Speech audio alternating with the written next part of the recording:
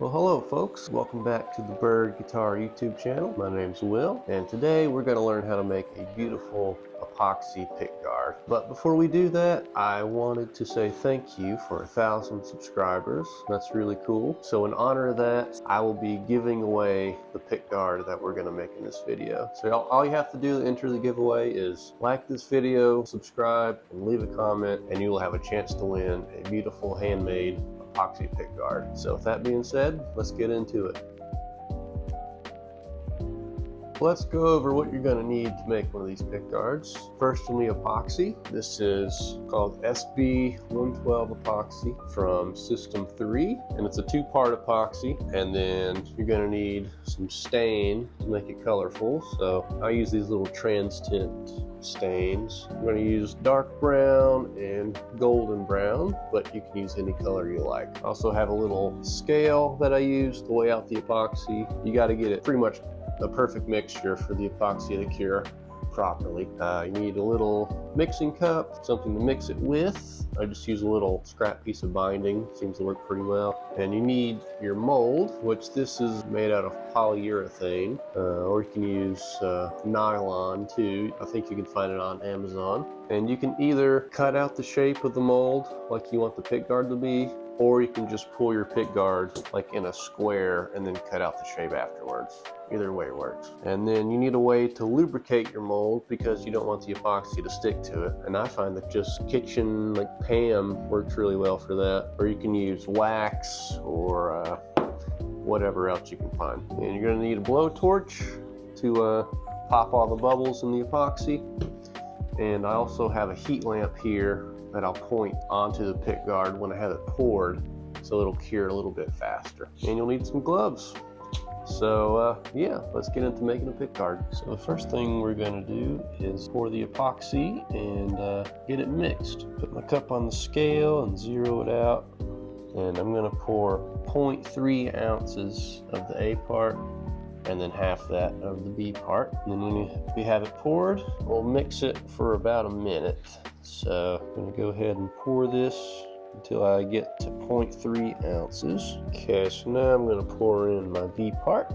Okay, so I got my epoxy poured there. This is just for the amount, the size pickguard that I need. If you have a bigger pickguard, you'll need more. If you have a smaller one, you'll need less. So now I'm going to take my little scrap piece of binding here, and I'm just going to mix this for about a minute, and then I'll bring you back.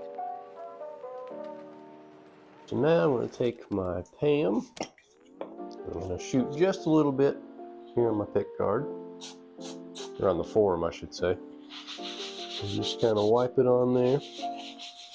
That just makes the pickguard easier to get off. So now we're going to start to add the color to our epoxy. So I'm going to start with the golden brown. Always start with your lighter color. You can always go darker, but you can never go lighter. So I'm just going to take this and pour one drop in my mixture.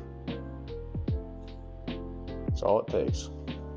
So now I'm going to mix that in.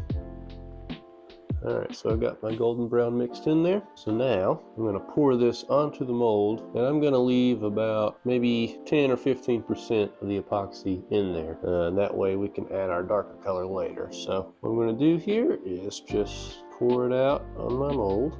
So you can see I left a little bit of epoxy still in the cup. So now I'm going to take my little piece of binding here, and I'm just going to start to sort of spread this out as evenly as I can get it, at least.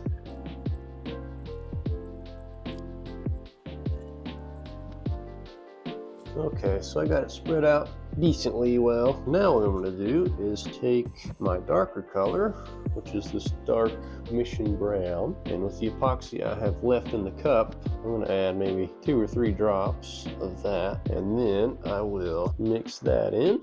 Okay, doesn't take much. So now I'm going to kind of pour this on there in kind of like a zigzaggy kind of pattern.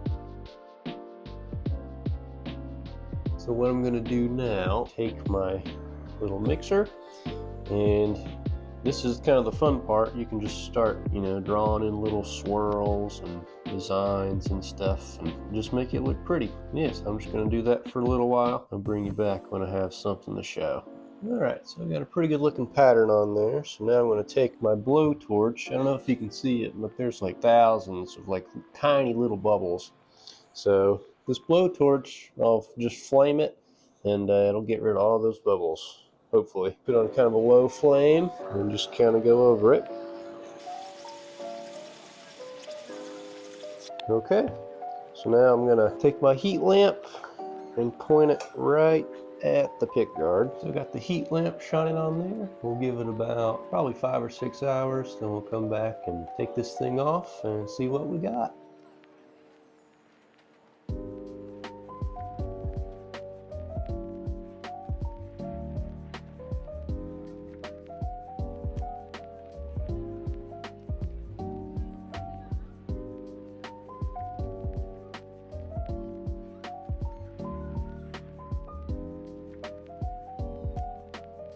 So here's the finished product. Turned out pretty darn nice.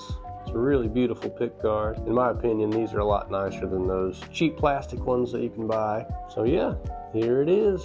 All you have to do is peel off the double stick tape and you can stick it right on your guitar. So yeah, don't forget to like, subscribe, and leave a comment, and this could be your own pickguard. Thank you guys for watching, and I'll see you in the next one.